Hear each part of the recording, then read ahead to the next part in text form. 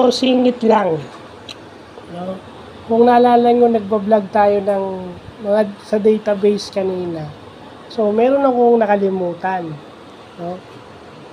Gaano kadalas na available yung app sa users nito? Diba?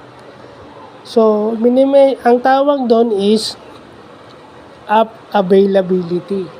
Percentage ng time na yung application accessible sa user. Kumbaga, may applications na 100% accessible to users. Kumbaga, 24 hours a day. Katulad ng Facebook. Hindi pala. Social media pala. May mga apps na online. May mga online apps. May mga online databases na accessible online. So, 100% yung app availability nun except pag mini-maintain. So, pag mini-maintain sila, may tsaka lang sila hindi available. Diba? Meron kasi 100%. So, kung 90% of the time, wala naman kasi 100% kasi may apps na mini-maintain, inaayos, di ba? So, pagpalagay na natin 95% yan, di ba? Available time divided by total time times 100%. Yun na yun. App availability. Di ba? Di ba? Yan yung mga bagay na whether gumagawa ka ng GUI-based o online databases, ayan.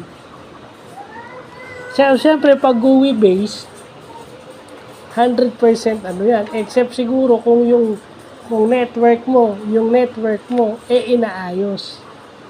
Pag yung computer network o yung LAN mo o yung WAN o yung MAN, inaayos, yun lang, hindi applicable. Pero kung hindi available.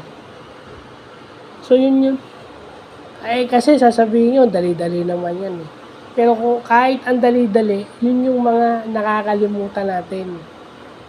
Yun yung mga bagay na if we learn in advance, na hindi na natin pag-aaralan pa dahil alam na natin, mas mabilis pa, mas matututo pa tayo ng mas iba pa. Kailangan, first 2 years or 3 years dun sa pinapasukan, dapat itong mga bagay na to alam. Para paglipat mo o pag-akit mo ng posisyon, ganun, matututo ka pa. Kasi learning never stops. So, the earlier you learn, the better. So, yun lang po.